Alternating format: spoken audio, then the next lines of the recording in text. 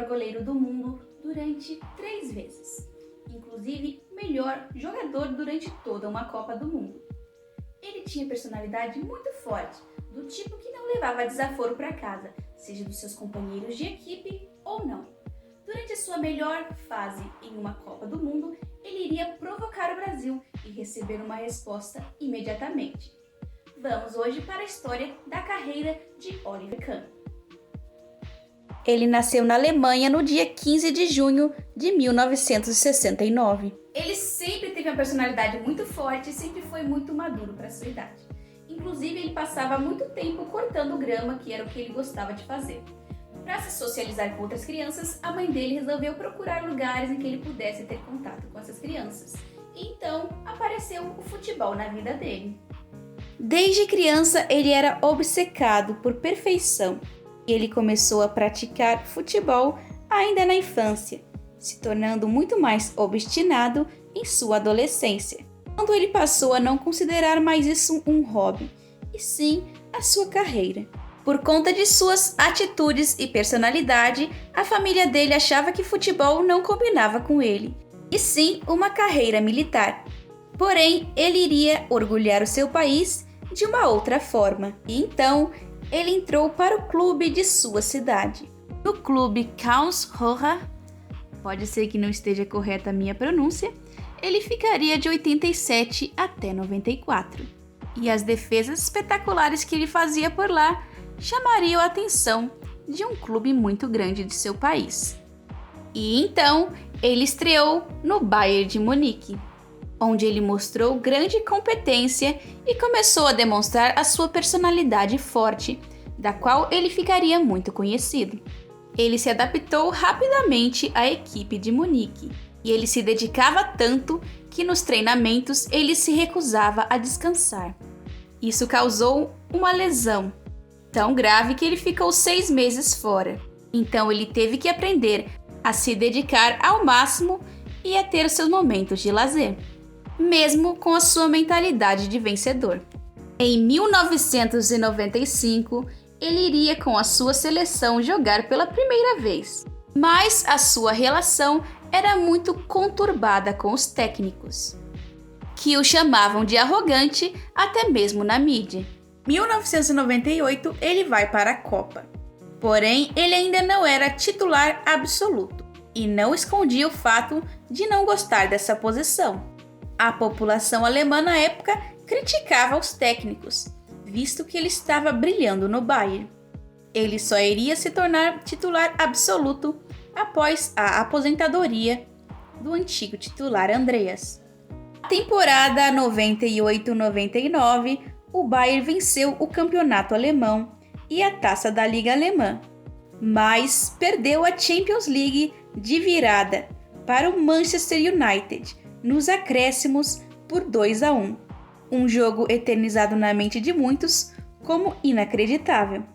Ele ganhou o prêmio na época de melhor goleiro da Europa e posteriormente melhor goleiro do mundo.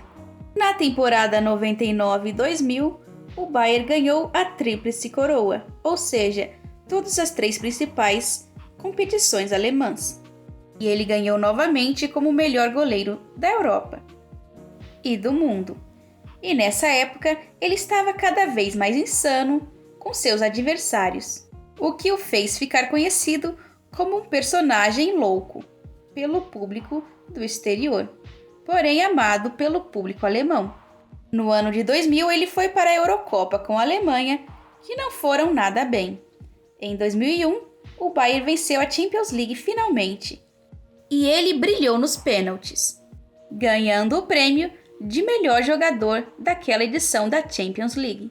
A cena dele consolando o goleiro adversário ficou na mente de muitos que não esperavam por aquilo. E ele ganha novamente como melhor goleiro da Europa. Temporada 2001-2002. Com o Bayern, ele ganha uma Copa Intercontinental.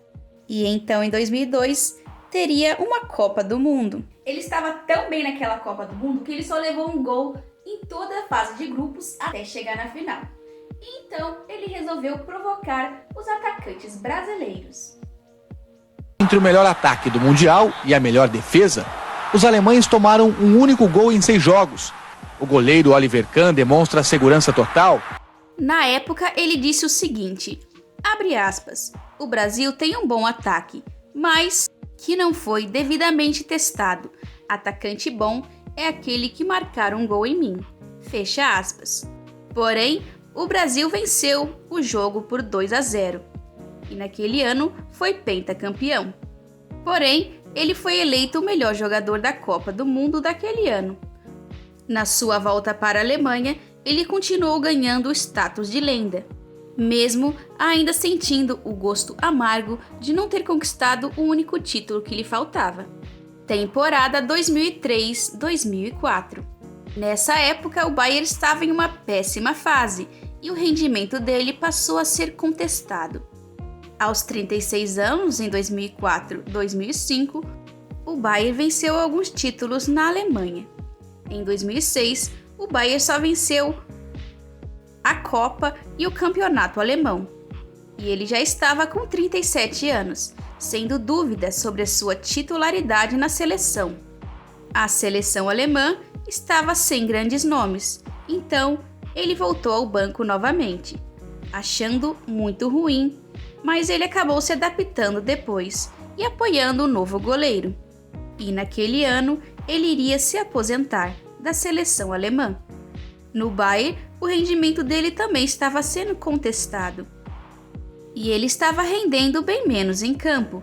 E então a temporada 2007-2008 seria a sua última no clube, ao qual ele se consagrou, onde ele ganhou todos os prêmios alemães e se despediu na 34ª rodada da Bundesliga, em uma bela festa de despedida do clube, onde ele venceu 23 títulos dos anos 94 até 2008.